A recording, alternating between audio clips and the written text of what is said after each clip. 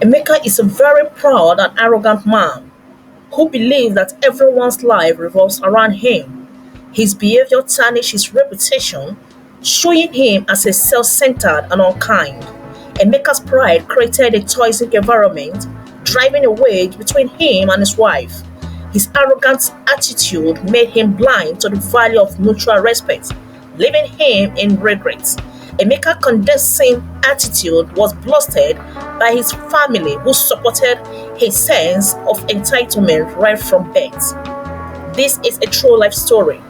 My name is Chidimma, and I am from Umwokoro village. I am a bright, determined young woman.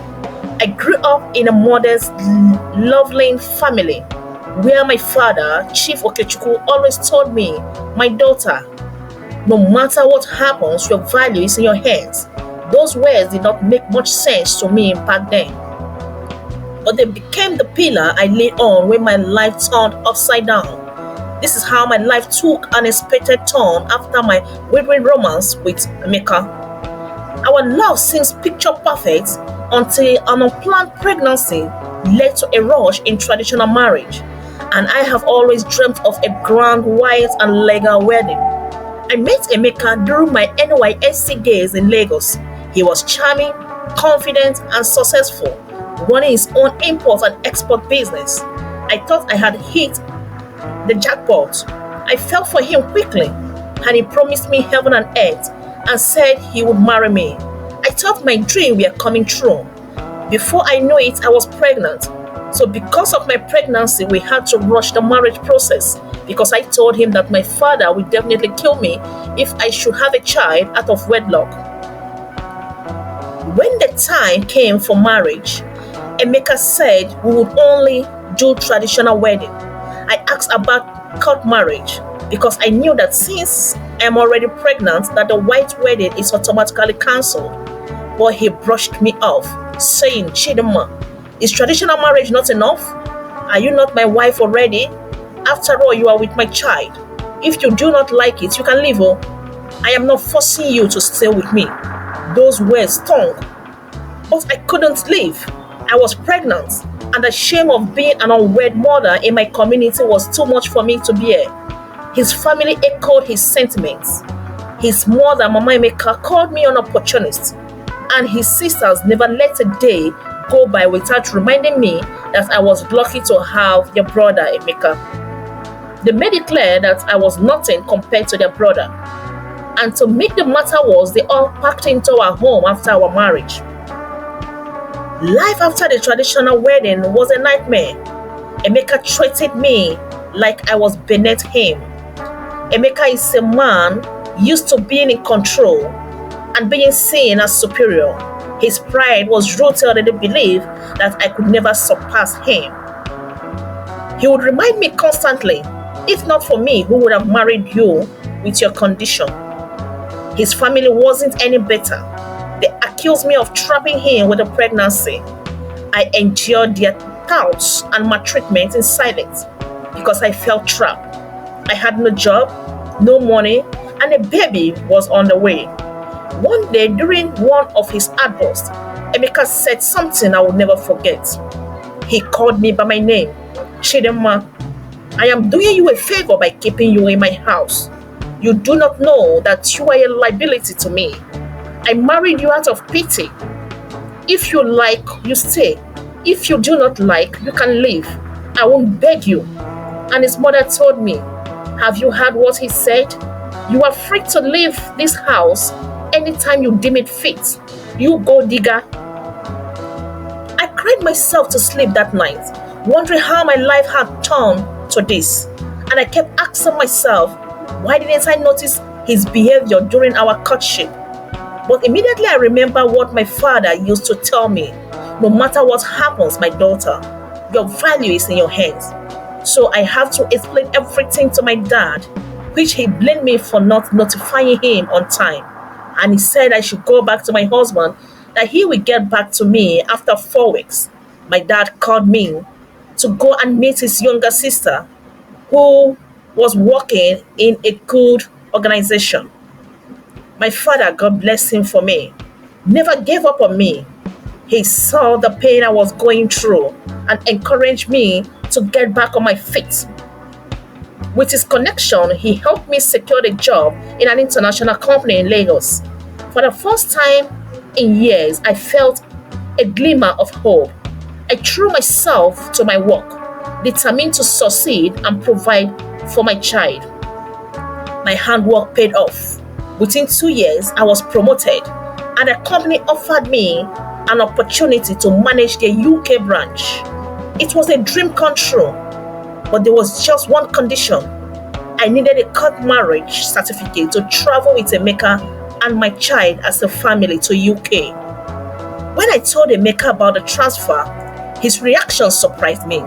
For the first time, struggling with his bruised pride, but now willing to comply with a court marriage for his own personal gain.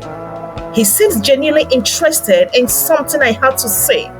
His eyes light up when he realized that moving to UK could alleviate his status. Suddenly, he was ready to do the court marriage he had refused for years.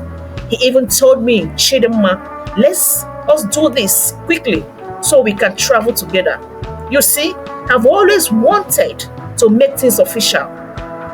He tries to sweet talk me, pretending he always cared for me. Chidimma, you know I have always wanted the best for you. If I have refused before, it was because I did not know how important it was to you. Let's make things official and show the world we are a strong family. I responded to him that it cannot be possible, that I have already lost interest in the court wedding, and asked him if he had forgotten that I am a gold digger. He used emotional tactics to make me feel bad for saying no. So after everything we have been through, you want to throw this family away?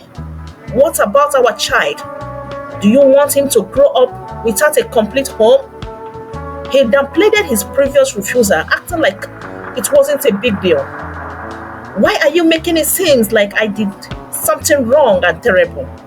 It was just a piece of paper. What matters is that I have always been here for you, isn't it?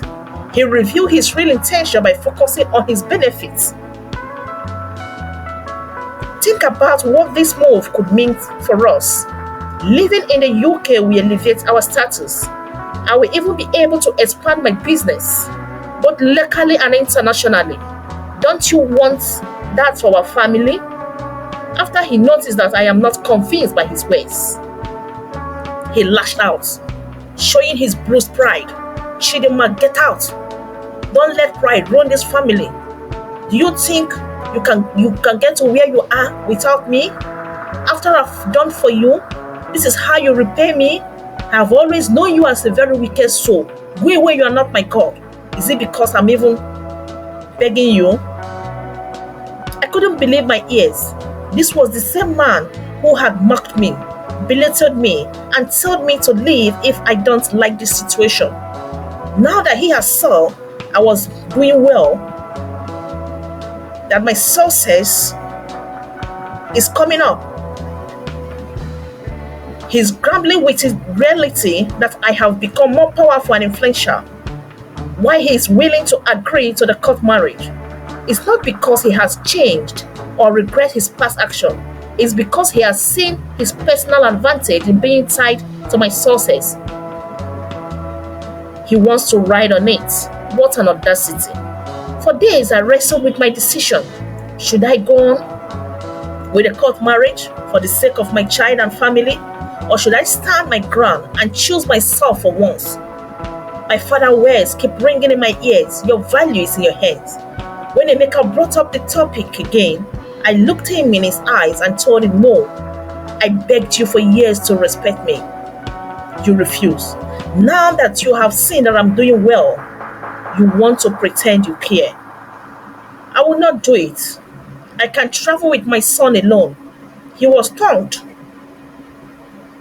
He tried to guilt-trip me, saying, so you want to break our family because of this little opportunity that you have gotten?